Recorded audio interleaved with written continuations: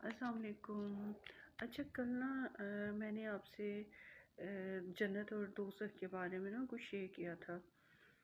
قرآن پاک میں پڑھا تھا، تو آج اس کا نا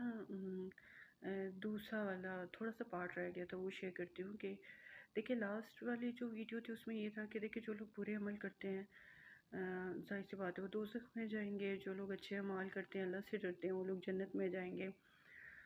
ان دونوں کے نا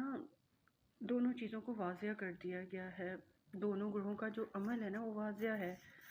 مطلب جو اچھے کام کرے گا وہ جنت میں جائے گا، جو برے کام کرے گا، جو سرکشی کرے گا، جو اللہ کی نافرمانی کرے گا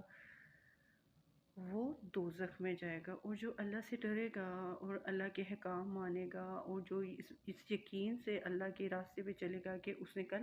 اللہ تعالیٰ سے ملنا ہے، اللہ تعالیٰ سے ملاقات کرنی ہے، ایسے لوگوں کے لیے بہت اجر ہے، جب وہ مریں گے اللہ تعالیٰ نے ان کے لیے جنت بنائی ہے۔ آج میں پڑھ رہی تھی کہ اس میں تھا وَنِيَ نَفْسِ عَنَ الْحَوَا۔ ہوا کیا ہوتی ہے؟ ایک طرف گرنا، جھک جانا، کسی ایک چیز کا کسی ایک طرف جھک جانا، کیونکہ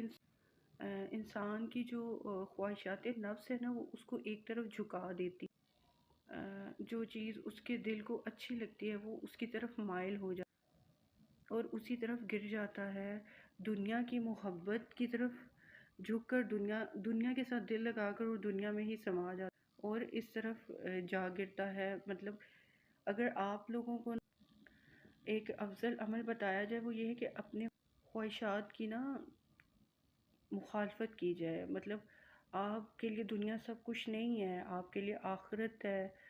دنیاوی زندگی کو چھوڑ کر، دنیاوی خواہشات کو چھوڑ کر، دنیا کی طرف مائل ہونا چھوڑ کر صرف اللہ کے احکام کو سنے، اللہ کے احکام کو مانے، اپنی زندگیوں کو آسان کرے، تاکہ یہ دنیا ہمیشہ کے لیے نہیں ہے، یہ دنیا ختم ہو جائے گی۔ تو لہٰذا دعاؤں میں یاد رکھے اللہ ہم سب کا ایمان سلامت رکھے۔ شکریہ، اللہ حافظ۔